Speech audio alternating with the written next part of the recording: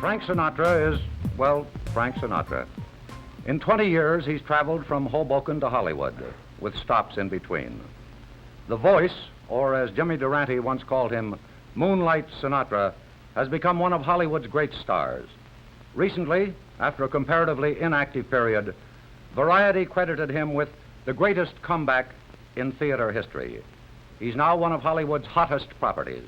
This week, Frank Sinatra has two projects going at once, performing at the Sands Hotel in Las Vegas and completing a new home in Beverly Hills.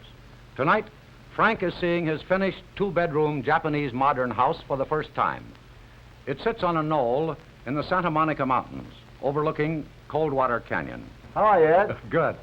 Good luck in your new home, by the way. Thank you very much, and welcome.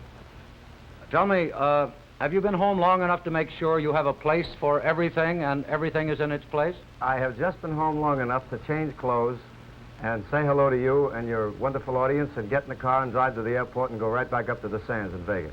Tell me, Frank, what room are we in now? Well, this is the combination dressing room, Ed, and bedroom with my unique-looking fireplace with the Chinese red. I'm sorry you can't see the colors. Mm-hmm. And, well, I suppose you've seen many pictures of Mr. Roosevelt, but I have something that's rather interesting to say about this particular copy of it. I received this picture of the late president after he died, which was rather unusual, you might say, and I was told by Mr. Hannigan later that he thought it was one of the last times that he had ever signed a signature to anything, which is why I'm particularly fond of the picture. You must prize that very highly. I really do, Ed. And here are three pictures that I really prize. These are my three children. The little one is Tina. She's 8 years old, and she plays piano and saves money. The other kids call her money bags. And Frankie is 12 years old, and he also plays piano and makes lots of models of cars and airplanes. And this, of course, this pretty little girl is Nancy. She is 16 years old, and she also plays piano. Frank, you know, what is that, Ed? Just up above there, how come two Oscars? Well, I'm sure that you remember, at least I hope you remember that this one was from the performance of Maggio and from Here to Eternity. Yes. And this one is something that happened in 1946. It's an award, it was a special award given to Frank Ross, who produced it, and Mervyn LeRoy directed it, and to myself. We did a short called The House I Live In, and the Academy bestowed a special award on all three of us. And of course, I'm very proud of this, too. Well, Frank, I gather the night you won the Oscar for Eternity was the high spot in your professional career, wasn't it? Well, it's one of the high spots. Yeah, there've been several others, too. For instance, Golden Arm, when I did Man with the Golden Arm, I think was one of the true high spots. And it was one of the difficult things to do, by the way, the From Here to Eternity role, because it was the first time I had ever done anything like that. And the other difficult thing I've had to do was to sing the national anthem in the Polo Grounds.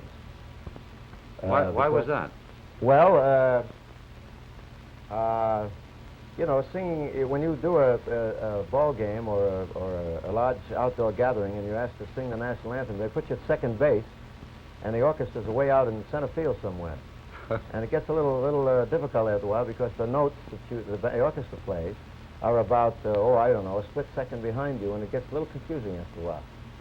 You know, I once saw a politician make a speech from second base, and the applause sort of hit him halfway through his following sentence, for the same reason, I imagine. Seriously, Frank...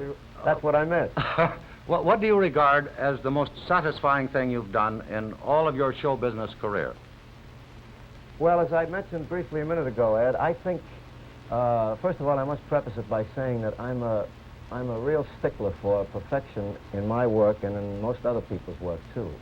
I find myself picking whatever I do apart, which I do believe is quite healthy.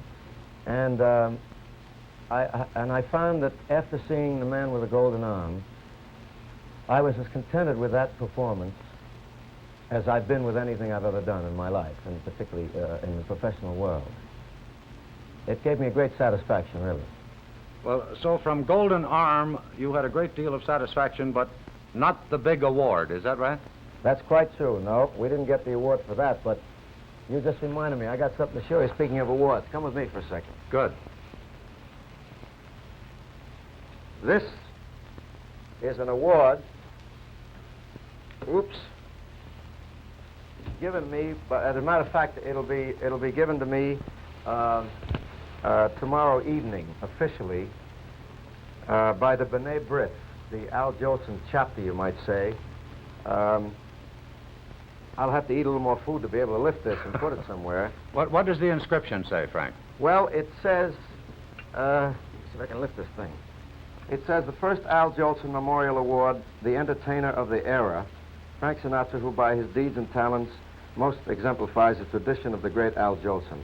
I really shouldn't have read that. Somebody else should be doing that. Well, I congratulate you in advance, Frank, of Thank you very much. I think I better keep this house clean as long as it's new. I'd like to show you the kitchen, too, Ed. I was wondering if you knew your way around these quarters yet. Well, I had a fast rundown a minute ago. Watch those steps when you come down. Right. Here we are. Isn't this lovely? That's the kitchen. And here's where I do all my cooking and make the spaghetti and the sauce. Uh-huh. And the meatballs and all that great food. And it's the first time I've ever seen one of these. I mean, I'd never seen one in a home before. They're hanging refrigerators. And you'll notice what the houseboys have in there for me. Yeah? Keeping me fat all the time. And the rest of it is refrige. And these are our ovens. And I have a surprise for you.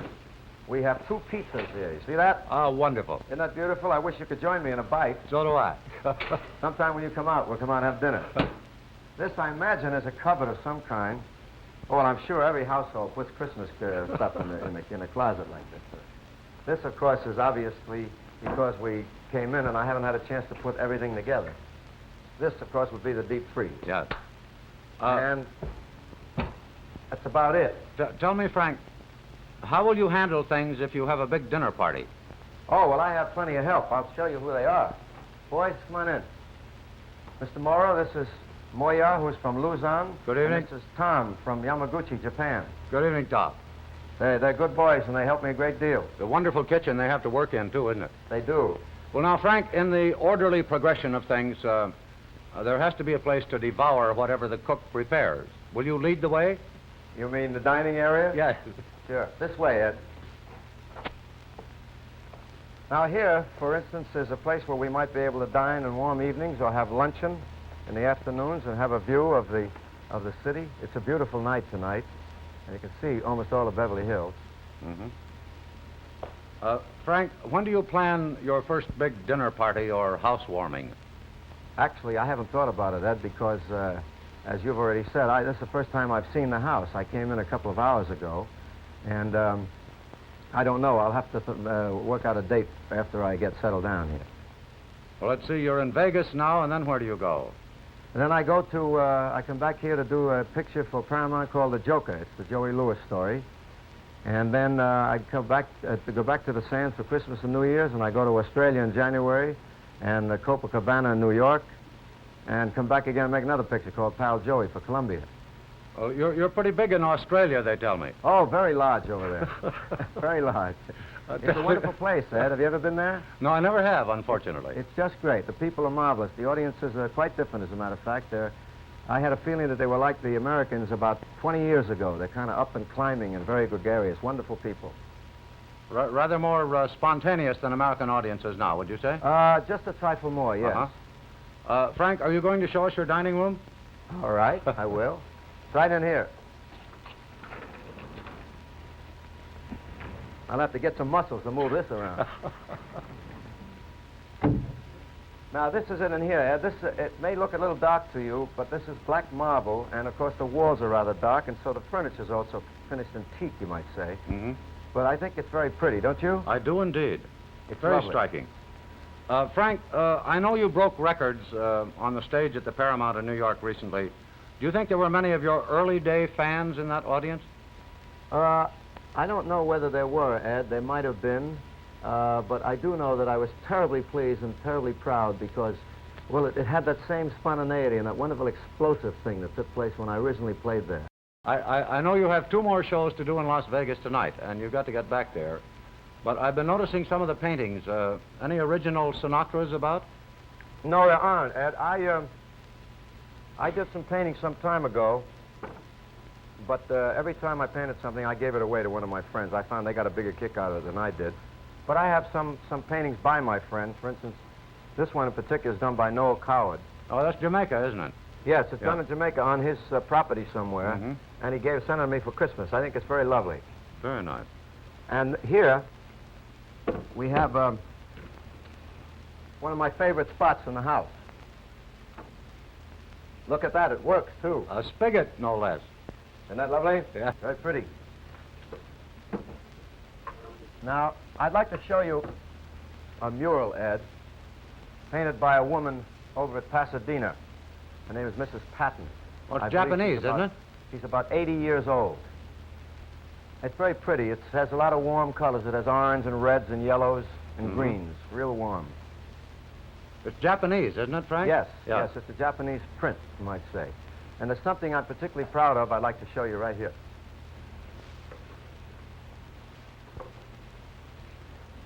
Now, if I can ever get checked out on this thing, I'll be able to get it off the ground. Now, this swings to all points of the room so that we can see it from every side. Oh, yes. Isn't that nice? Very nice. This is a very physical house, you'll notice. I'm going to have to really get the shape to operate it. And this is our record space and 2 turntables. It's a wonderful set. It's quite a setup, Frank.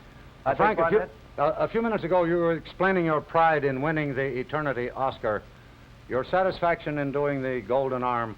What do you consider the most difficult period you went through in show business? There was a very dark period in my career, about 1951, and thanks to a wonderful fellow named Bob Hope, very frankly, and there's no secret about it, I could hardly get myself a job in those days, and Mr. Hope gave me a spot to do in one of his television shows, one of the early one-hour so-called extravaganzas.